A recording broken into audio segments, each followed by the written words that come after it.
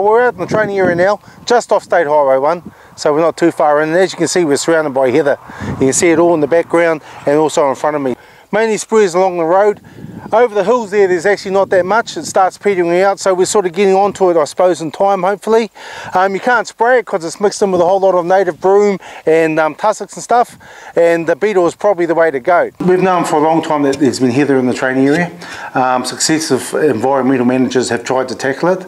There's actually not a lot you can do about it, and I think we were the first people to come up with the trial for the, well, we didn't come up with it, but Landcare come up with the trial for the heather-eating beetle. And we are one of the trial sites that the heather beetle's actually taken off, and it's also starting to spread to the point that our environmental manager Alison Pickett has wants to actually start collecting beetles and spreading them in other parts of the training area. Operationally wise, the heather doesn't bother us, as in like day-to-day operations of training infantry and armoured crews and artillery and that. We can still move around through it and we can still operate in it. Problem with that is we start dragging it around the place and replanting it in other places. So it behoves us to get on top of it and try and control it.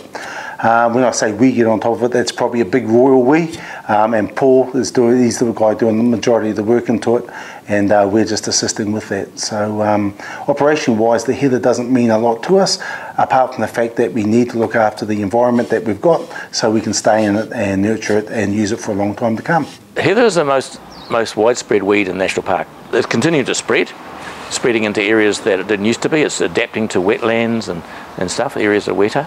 So it's continuing to be a problem, and especially at high altitudes or the wet areas, which are the highest value conservation areas. So the heather beetle provides a way of addressing that. Beetle is starting to have an effect in local areas, and those local areas are getting to be quite a few hectares in size now. So we're taking out, say a 10 hectare area, we're taking out most of the heather in that area. Certainly most of the older heather. So these are small parts of the National Park.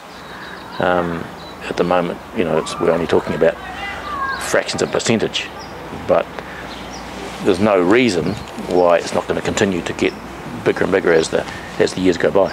Everyone asks, what's the heather beetle going to do once it's eaten all the heather?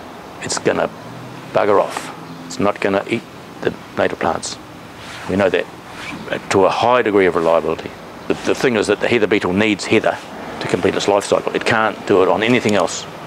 So even in the unlikely situation that all the heather was gone, the heather beetle wouldn't switch to native plants. It would fly away looking for heather. We've actually got some of the native plants we use for monitoring, and they've actually flourished with the heather beetle taking out the heather. The heather competes with the native plants. So by taking out the heather, the native plants have done really well.